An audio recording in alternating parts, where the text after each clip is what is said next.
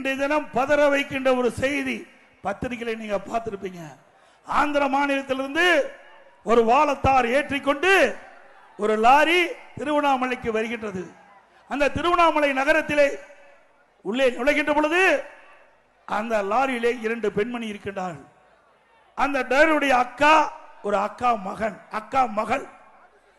உடனே காவலர்கள் 2 பேர் அதை தடுத்து நிறுத்தி சோதனை செய்து இந்த 2 பெண்மணிகள் யார் என்று விசாரிக்கின்ற பொழுது அவர் அந்த லாரி டிரைவர் குறிப்பிடுகிறார், நாங்க வாழத்தாரை ஏற்றிக்கொண்டு திருவண்ணாமலைக்கு வந்திருக்கின்றேன், அதோடு சாமி தரிசனம் செய்ய என் குடும்பத்தை சேர்ந்த அக்கா மகளும் அழைத்து வந்திருக்கிறேன் என்று குறிப்பிடுகிறார்.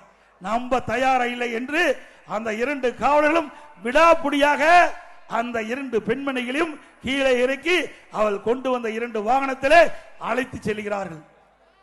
மக்கள் நடமாட்டம் இல்லாத பகுதியை பார்த்து அந்த தாயின் கண் எதிரே அவருடைய மகளை கற்பழித்திருக்கின்றார்கள். 29ஆம் தேதி நடந்த சம்பவம். இது மன்னிக்க முடியாத சம்பவம். ஒரு தாயின் கண்ணெதிரே தன் மகளை கற்பழிக்கிறார்.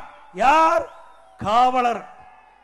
மக்களை பாதுகாக்கக்கூடிய காவலரே இப்படிப்பட்ட ஒரு கொடூரமான செயலில் ஈடுபட்டிருக்கின்றார் என்று சொன்னால் இந்த அரசாங்கம் எப்படி நடந்து கொண்டிருக்கிறது என்பதை நாம் எண்ணி பார்க்க வேண்டும்.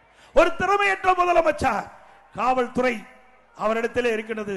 சரியாக நிர்வாகம் செய்யாத காரணத்தினாலே இன்றைக்கு 2 காவலர்கள், மக்களை பாதுகாக்கக்கூடிய காவலர்கள் அந்த 2 பெண்மணியை அழைத்து சென்று ஒரு தாயின் கண் எதிரே மகளை கற்பழித்து சொன்னால் இந்த அரசாங்கம் தொடர வேண்டுமா?